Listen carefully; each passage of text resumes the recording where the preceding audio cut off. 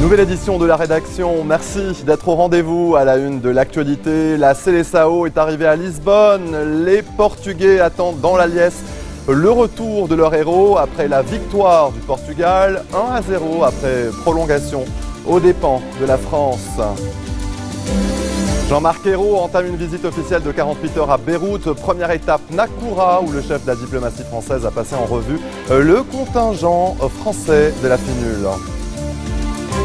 Le Conseil de sécurité de l'ONU condamne les récentes violences au Soudan du Sud et les attaques contre les populations civiles. 270 morts depuis 2 jours selon les médias locaux. En début d'Euro 2016, poussif, une équipe nationale moins talentueuse que par le passé, un football parfois calculateur, une star, Cristiano Ronaldo, pas toujours à la hauteur de l'événement. Peu de personnes auraient misé sur cette sélection du Portugal qui doit surtout son sacre à une formidable volonté et à l'intelligence de son sélectionneur Fernando Santos. La Seleção est arrivée cet après-midi à Lisbonne, vous le voyez sur ces images. Le Portugal attend dans la liesse le retour de ses héros. Le pays s'est réveillé auréolé d'une victoire sans précédent dans une compétition internationale. La presse nationale s'en donne à cœur joie pour relater la victoire de la sélection. Dans les rues de Lisbonne, la fête a duré jusqu'à tard dans la nuit. Olivier Boulanc. Nuit de liesse à Lisbonne. Pour la première fois, les Portugais sont sur le toit de l'Europe. Ils ont réalisé l'exploit de battre les Français sur leur terrain. Certains n'en reviennent toujours pas. Les Français nous ont sous-estimés, ils nous ont critiqués, nous ont fait passer pour une équipe ridicule. Nous étions chez eux et nous les avons battus. Ils doivent se sentir tout petits. Nous sommes les gagnants, les Portugais sont des héros, un grand peuple. Vive le Portugal! Eux aussi ont bien joué, mais on a eu de meilleures opportunités. On a su en profiter et c'est ça qui compte. Ce 10 juillet restera ici comme une date historique. C'est la première fois que les Portugais remportent le championnat d'Europe. Tout le pays est en fête. Aujourd'hui est une grande fête. Nous célébrons cela parce que le Portugal n'a jamais gagné un championnat. Donc nous allons faire une grande fête parce que nous sommes très fiers. Aujourd'hui est une journée pour célébrer la victoire. C'était génial. Cristiano Ronaldo a dû sortir dès les premières minutes, mais nous avons prouvé que nous étions une famille. Ensemble, nous pouvons le faire. Nous sommes les champions.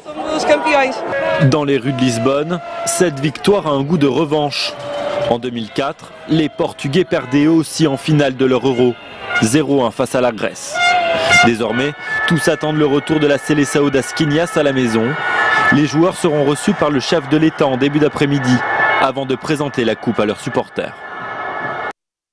Il était dit que l'Euro des surprises se terminerait par une surprise et ce fut donc le cas avec la victoire du Portugal 1-0 après prolongation aux dépens de la France, le pays organisateur.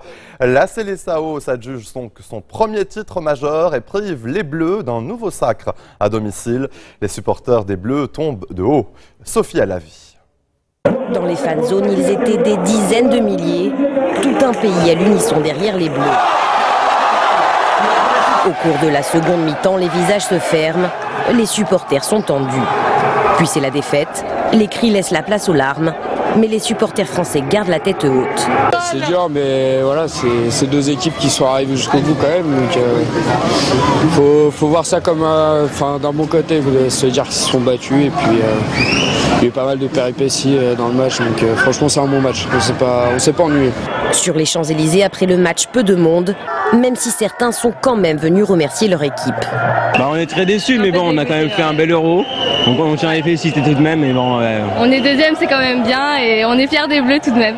Voilà, les Bleus, bon, on le dit quand même. Très très triste, mais vraiment, on soutient les Français jusqu'au bout. Ils ont fait un bon parcours. C'est pas grave. Franchement, jusqu'au bout, les gars. On est avec vous, on vous aime. À la sortie du stade, même déception et l'impression amère que la victoire n'était pas loin. Grosse frustration parce qu'on a dominé. Après, voilà, ça s'est retrouvé comme face à l'Allemagne. L'Allemagne a dominé, ils n'ont pas concrétisé leurs grosses occasions. Nous, on est arrivé en contre, on a mis les buts. Portugal a fait exactement la même chose ce soir. Donc, dégoûté? Ouais.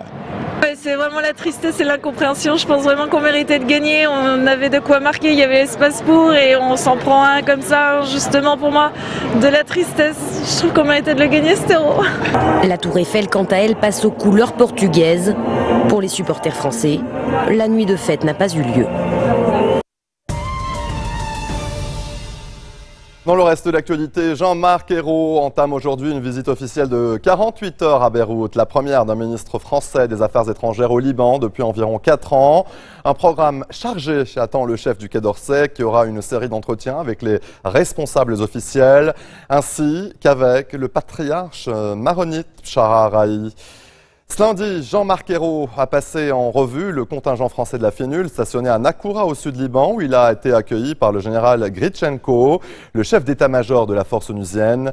Il a rendu hommage à l'engagement et au sacrifice des pays et des soldats de la FENUL 10 ans après la guerre de juillet 2006.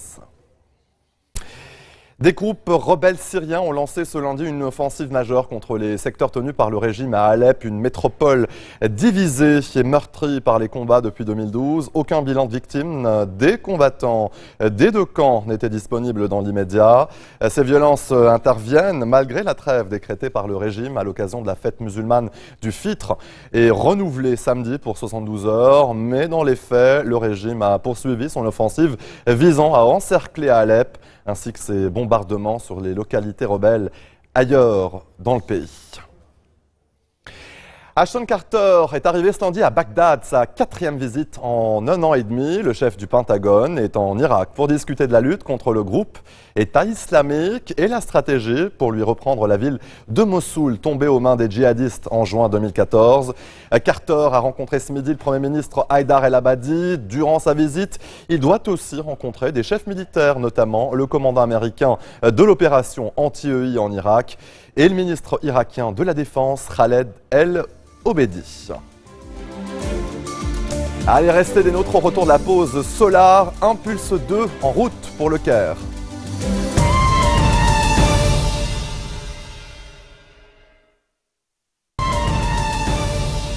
Retour sur le plateau de l'info, ce sont les États-Unis qui ont réclamé cette réunion d'urgence. Les 15 membres du Conseil de sécurité se sont mis d'accord sur un communiqué qui condamne les récentes violences au Soudan du Sud et en particulier les attaques contre les populations civiles. Selon les médias locaux, le bilan s'élèverait à au moins 270 morts depuis 2 jours. On ignore jusqu'à présent les motifs de ces violences, mais chaque partie se renvoie la balle. Les explications de Noémie Roche. La rencontre s'est tenue à huis clos. À l'issue de la réunion, le Conseil de sécurité de l'ONU condamne la reprise des violences au Soudan du Sud. Les membres du Conseil de sécurité exigent la fin immédiate des combats et demandent au président Kiir et au vice-président Machar de faire le maximum pour contrôler leurs forces respectives. Le Conseil de sécurité appelle également à l'aide les pays de la région. Il leur demande des casques bleus supplémentaires pour mettre fin au combat. Malgré un appel au calme des 2 dirigeants, les affrontements entre leurs partisans se sont intensifiés ce dimanche. Des combats entamés jeudi et qui interviennent quelques mois à peine après la mise en place d'un gouvernement d'union nationale dans le cadre d'un accord de paix signé l'an dernier. Mais de profondes dissensions demeurent entre les 2 camps. Dimanche, de violents combats ont à nouveau éclaté dans la capitale. Le ministre de l'Information s'est exprimé dans la journée. Les combats ont repris car des membres du SPLA ont attaqué un checkpoint. La situation a été maîtrisée, le calme est revenu, tout est normal. La ville de Juba est sous le contrôle du gouvernement. Un message pour tenter de rassurer la population alors que des milliers de civils fuient les combats. La délivrance pour des milliers de Vénézuéliens. Ils ont franchi la frontière colombienne qui a été ouverte temporairement pour leur permettre de s'approvisionner en produits de première nécessité. Nourriture, médicaments, savon, papier toilette, autant de produits que les Vénézuéliens peinent à trouver actuellement à cause de la crise économique et des pénuries qui frappent leur pays. La frontière avait été fermée unilatéralement il y a près d'1 an par Caracas suite à un incident diplomatique. Les manifestations contre les violences policières se poursuivent dans plusieurs villes américaines, cette fois notamment à Baton Rouge en Louisiane où un Afro-Américain avait été abattu mardi à bout portant. La police est intervenue pour mettre fin à une manifestation non déclarée. Entre 30 et 40 personnes ont été arrêtées. Rassemblement également à Atlanta et à Chicago où les manifestants ont défilé au cri de « Ne tirez pas, stop la violence ». On l'a appris ce midi, la Corée du Nord va couper l'un des derniers canaux de communication encore existants avec Washington. Pyongyang proteste contre les sanctions américaines visant son dirigeant Kim Jong-un. C'est depuis le siège de l'ONU à New York que le ministère nord-coréen des Affaires étrangères a averti le gouvernement américain. Les élections sénatoriales partielles au Japon offrent la majorité au Parti libéral-démocrate de Shinzo Abe et ses alliés. Sa coalition contrôle désormais les 2/3 de la Chambre haute et de la Chambre basse. C'est une condition nécessaire pour pouvoir convoquer un référendum sur une révision constitutionnelle. Mais les électeurs ont surtout jugé le Premier ministre sur le bilan de sa politique économique, visant notamment à relancer une économie à tonnes.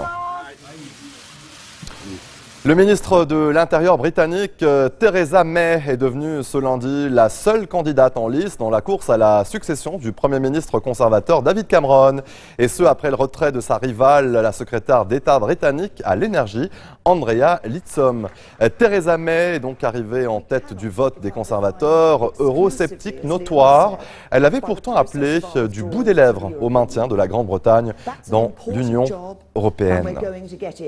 Et au Royaume-Uni, toujours, le Parti travailliste a bien du mal à souffler après la tempête du Brexit. La députée Angela Eagle a déposé sa candidature pour prendre la place de l'actuel leader, Jeremy Corbyn. Pour qu'une élection soit organisée, eh bien, il faut que 50 députés travaillistes la soutiennent. Les explications de Sophie Alavi. En politique, le parricide n'est jamais exclu et Jeremy Corbyn vient d'en faire les frais. Angela Eagle a annoncé qu'elle souhaitait prendre sa place à la tête du Labour. Cette ancienne proche de Corbyn l'accuse de s'accrocher à la direction du parti malgré un vote de défiance des députés travaillistes. Après le choc du Brexit, ils étaient 80% à demander son départ. Je pense qu'il est désormais clair qu'il a perdu la confiance des députés du parti. Certains ont essayé de lui dire qu'il avait besoin de la confiance des parlementaires pour continuer. Il ne les écoute pas. Vous ne pouvez pas diriger en restant enfermé dans votre bureau. Les dirigeants du Labour reprochent à Corbyn de ne pas avoir fait assez campagne pour le maintien du Royaume-Uni dans l'Union européenne et notamment d'avoir échoué à rassembler des voix dans le nord du pays, habituellement acquis au parti. À ceux qui, comme Angela Eagle, le défient, l'actuel leader travailliste répond qu'il ne veut pas tourner le dos aux militants qui l'ont élu et que l'heure est désormais à l'unité. Je suis déçu, mais elle est libre de faire ça si elle le souhaite. C'est l'occasion pour le parti de faire front contre ce que les conservateurs sont en train de faire, de proposer un agenda politique différent de leurs mesures d'austérité. Et surtout, c'est le moment de gagner du terrain. Plus d'un demi-million de personnes sont membres de notre parti. Ils nous ont rejoints pour une raison, celle de voir un parti activement opposé à la politique de ce gouvernement. Angela Eagle a besoin du soutien d'au moins 20% de ses collègues derrière sa candidature pour qu'une nouvelle élection soit organisée au sein des travaillistes. Jeremy Corbyn a déjà signifié que dans ce cas de figure, il se présenterait à sa propre succession. Et avant de se quitter, avant-dernière étape pour Solar Impulse 2, l'avion qui vole grâce à l'énergie solaire a presque bouclé son tour du monde. Eh bien, il a décollé à l'aube de Séville, direction Le Caire en Égypte pour un vol d'environ 50 heures. Son arrivée est prévue mercredi à la mi-journée. Il s'envolera ensuite pour Abu Dhabi, d'où il avait entamé son tour du monde il y a, attention, 16 mois.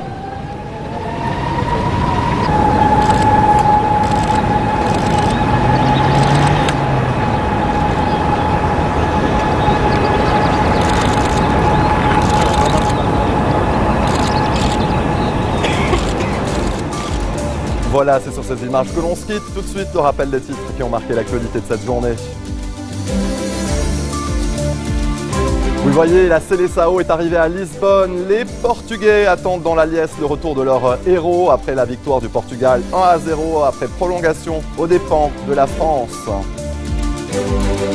Jean-Marc Ayrault entame une visite officielle de 48 heures à Beyrouth. Première étape, Nakoura, où le chef de la diplomatie française a passé en revue le contingent français de la FINUL. Le Conseil de sécurité de l'ONU condamne les récentes violences au Soudan du Sud et les attaques contre les populations civiles. 270 morts depuis 2 jours selon les médias locaux. Merci de votre attention. Retrouvez-nous tous les jours à 16h40 heure de Beyrouth. Vous pouvez également nous suivre en ligne sur notre site web ou en téléchargeant notre application mobile. Excellente soirée à toutes et à tous.